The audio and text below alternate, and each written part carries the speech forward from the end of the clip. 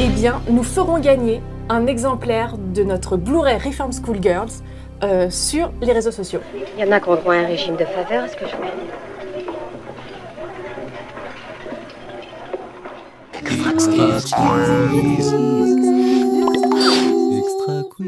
Et c'est comme un pourquoi on aime, mais avec un quiz dedans.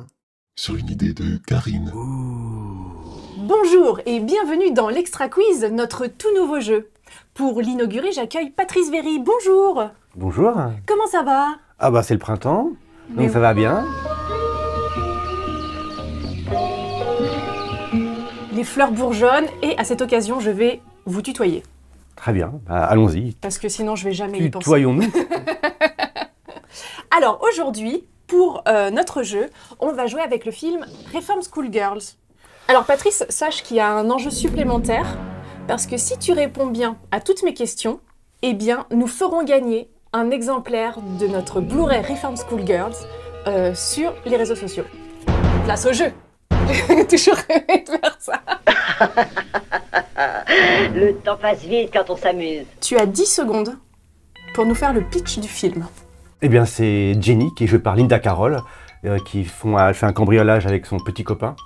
Ça ne marche pas très bien, et donc elle se fait arrêter. Elle va rejoindre le fourgon pénitentiaire et être emmenée dans une prison pour femmes.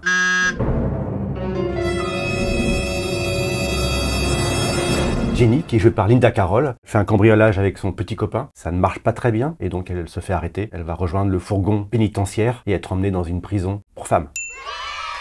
Waouh, ça fait bien 10 secondes ça. Bah, franchement, bravo. Faudra faire ça pour tous nos Pokémon même maintenant. D'accord, je passe là-dessus. Mais c'est pas moi qui décide. Mais alors Patrice, c'est quoi le WIP? Le WIP, en fait, c'est le FEP, Femmes en prison, qui signifie l'acronyme de Women in Prison. Donc voilà, donc qui est un genre de cinéma d'exploitation. Comme vous voulez, c'est vos oignons. C'est l'heure de mon petit déjeuner de toute façon. Tous les genres, en fait, sont passés par la moulinette du cinéma d'exploitation. Comme par exemple la non-exploitation, les films consacrés aux nonnes, biker exploitation, la drug exploitation, pour thématique, la drogue. Et du coup, le Women in Prison, qui a été très en vogue pendant très longtemps, surtout dans les années 70 et 80, ça parle de quoi? Ça parle de femmes qui sont en prison, comme le dit l'acronyme. Princesse, je vous en prie. Il y a souvent des faits qui reviennent de manière récurrente, plutôt des choses, on va dire, assez sexy. La douche, la matrone, les arrestations. Mais derrière tout ça, il y a souvent une critique politique de l'emprisonnement, une critique sociale en tout cas, qui permet d'essayer de regrouper les deux. Donc un genre à découvrir. Un genre à découvrir, un genre à part, qu'il faut bien expliquer. Mais je crois qu'il y a un bonus dans votre édition qui permettra de connaître toute l'histoire du genre. Oui, Clara Sebastiao nous fait un très beau bonus à propos de ce genre. Voilà. Alors maintenant qu'on sait ce qu'est le WIP, je vais te donner des affirmations. Tu devras me dire si elles sont vraies ou fausses, à l'aide de ces merveilleuses petites Il pancartes. en passe des choses ici. WIP ou non? Mon Dieu. Est-ce que tu es prêt pour la première affirmation? Allons-y. Reform School Girls est le premier film de prison de femmes réalisé par Tom De Simone. Nope. Bien. Voilà, c'est bien. Il a réalisé avant ça Prison Girl en 1972, qui est en plus le premier film X en 3D. Le saviez-tu? Le saviez-tu? Film d'ailleurs qu'il n'aime pas beaucoup. On a du mal à lui faire parler de ce film-là. Oui, bon. Et il y a eu aussi Quartier de femmes, Concrete Jungle en 1982. Et comme tu le disais, il n'était pas très satisfait de ces deux films, il a décidé de faire avec Reform School Girls une parodie du genre du film de Femmes en cage. Bon, mais il n'a pas fait que ça, Tom De Simone. Il a commencé dans le cinéma gay, au tout début des années 70, avec des loops, tout ça. Les loops, c'est des petits films qui durent 5-10 minutes. Et après, il a fait aussi pas mal de téléfilms, mais c'est vrai que c'est un peu le point d'orgue de sa carrière. Affirmation suivante. Wendy O. Williams a donné son nom à un personnage de jeu vidéo. Ah ah. Oh bah oui. Whip. Whip.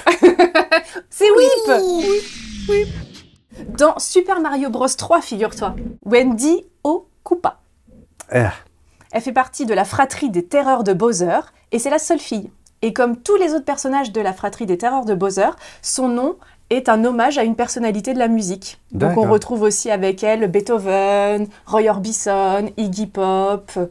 Et beau monde. Il y a même Lemmy Kilmister aussi, Ah oui. le personnage de Lemmy Koopa. C'est presque un honneur en tout cas pour elle, à Wendy, pour être là-dedans. Exactement. Entre ces noms divins. Et son personnage dans le jeu vidéo, il est plutôt capricieux et colérique. C'est un garçon manqué et qui adore le patin à glace. Bah oui, ça correspond. C'est une personnalité assez fantasque. Elle a créé le groupe Les Plasmatics, pas toute seule en 77, donc un premier groupe punk complètement dézingué, qui donne des concerts avec des tronçonneuses, on découpe les voitures, tout ça. Assez sexy, puisqu'elle a une poitrine abondante qu'elle met souvent en avant, et surtout sa coupe iroquois. Et avec des chansons en tout cas de rage, des hymnes qu'elle partage avec son public. Mais c'est vrai qu'elle a une vie pas facile, parce que voilà, elle est rattrapée par les problèmes psychiques, psychologiques. Et un jour, elle arrêtera de chanter, elle voudra se reconvertir, mais malheureusement, ça se finira mal et elle mourra prématurément. Et donc, dans Reform School Girls, en plus de tenir l'un des rôles principaux, il y a aussi ses chansons. Et oui, du coup, il y a 3 ou 4 chansons. C'est un peu elle qui fait la bande sonore musicale du film, qui est complètement à son image. D'ailleurs, dans le film, elle a tenu à garder ses vêtements qu'elle mettait pour la scène et tout ça. Et même pour les scènes de douche, elle voulait garder ses bottes. Ah oui, c'est fou. Oui. On a l'impression que c'est presque une sorte d'homme, de la façon avec sa musculature et sa verve, sa gouaille, sa voix un peu rauque. Elle incite à la domination, finalement, quoi. Je suis l'homme dont tu as besoin. Ça va se corser. Mais T'es prêt ? c'était déjà corsé, la deuxième. Pat Ast a tourné dans un clip musical où elle interprète un personnage similaire à son rôle dans Reform School Girls. Ah, c'est bien wipement possible encore. C'est oui, impossible. C'est dans le clip Smoking in the Boys Room de Motley Crue. Ok, bah j'aurais pas retrouvé le titre en tout cas. Voilà, donc elle joue la surveillante principale dans un collège et elle est aux côtés de Michael Berryman, qu'on a pu voir dans La colline a des yeux, Au-dessus d'un nid de coucou. Et comme quoi, le film Reform School Girl a eu des répercussions quand même. Oui. Puisque du coup, on retrouve dans le jeu vidéo, on retrouve dans les clips de stars du rock. Enfin, ce n'est pas un film anodin. Finalement, il a vraiment toute une culture qu'il a égrenée jusqu'à présent. Sybil Danning a racheté une patinoire pour assouvir sa passion du curling. Bah, je dirais... Tout est possible avec Sybil. Mais bon, faut bien que je dise un nom, donc on va dire non ce coup-ci. Tu dis non? Non. Alors c'est non. Mais ça se rapproche quand même.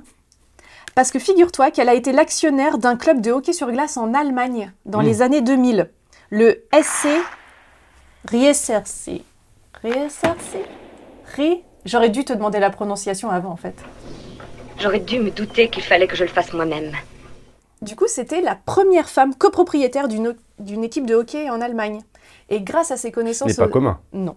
Et grâce à ses connaissances aux États-Unis, figure-toi qu'elle a fait venir 3 joueurs américains dans cette équipe. Et grâce à ça, ils ont pu remonter en ligue supérieure. Ah oui, là, franchement, je ne savais pas. J'apprends des choses sur Sybil Danning. Eh oui. Mais j'irai vérifier tout ça, bien sûr. Je compte sur toi. Mais oui. Ne t'en fais pas. Ce rapport ne sortira pas d'ici. Il n'y aura pas de rapport. Je suis venu, du coup, avec mon Ciné Zone, consacré à Sybil Danning. Tu as bien fait. De Feu Pierre Charles, qui avait fait 130 numéros de Ciné Zone, qui sont tous consacrés à un genre, à une actrice, un acteur, un réalisateur, réalisatrice. Et du coup, elle est née en Autriche. C'est pour ça que du coup qu'elle est retournée en Allemagne. C'est un peu la Barbara Steele du cinéma de genre. Enfin, elle a touché à tout, Sybil Danning. Cinéma d'aventure. C'est comme ça qu'elle a acquis son statut de Queen Bee. C'est ça, Queen Bee. Pourquoi Bee? Pour la série B.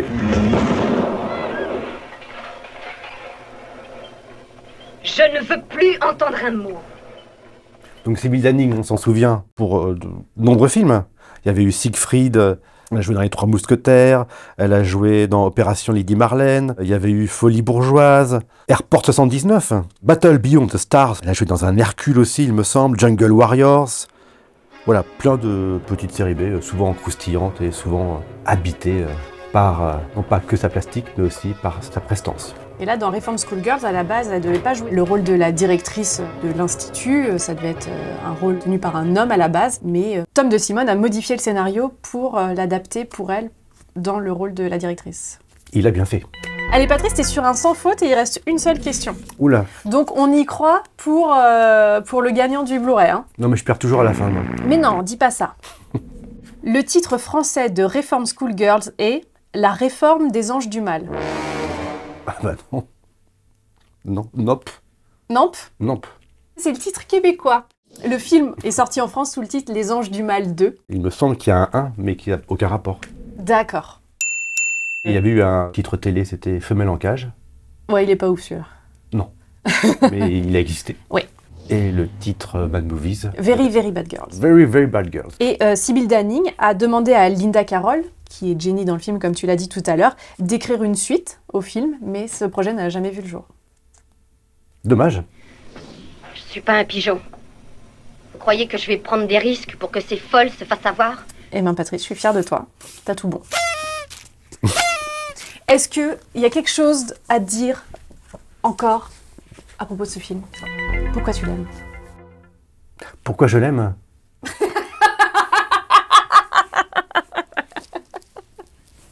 Lancer une petite musique. Bah, le cinéma de genre, un peu, il a aussi pris un nouvel essor dans les années 40 avec la multiplication des pulps américains, Argosy et autres. C'est vrai qu'il y avait des super couvertures, enfin, ça a été repris aussi en Italie avec les petits formats où des fois on achetait juste parce que voilà, la couverture était aguichante, il y avait des monstres, des filles plutôt dénudées, des arbres, enfin ça faisait un peu rêver quoi. Et ce film, je trouve, un peu synthétise un peu la série B vive. C'est pas juste du voyeurisme, c'est vrai qu'il y a quand même quelques scènes de douche au début, mais voilà, c'est ponctué par une sorte de touche rock'n'roll, c'est ponctué par des personnages hauts en couleur, ça draine une énergie qui va au-delà du simple Woman in Prison. Il y en a certains qui sont parfois assez glauques, mais là il y a quelque chose qui résonne plus, et c'est ça qui est intéressant. C'est un peu le dernier grand film de Woman in Prison qui a un intérêt, on va dire, majeur, parce que voilà, il fait une transition. On reparlera de ça. Oui, quand tu voudras. Alors Patrice, est-ce que tu as aimé ce petit extra quiz? Bah écoute, j'ai quand même appris pas mal de choses. Bon, on pourra le refaire. Oh oui, bah alors. À très vite.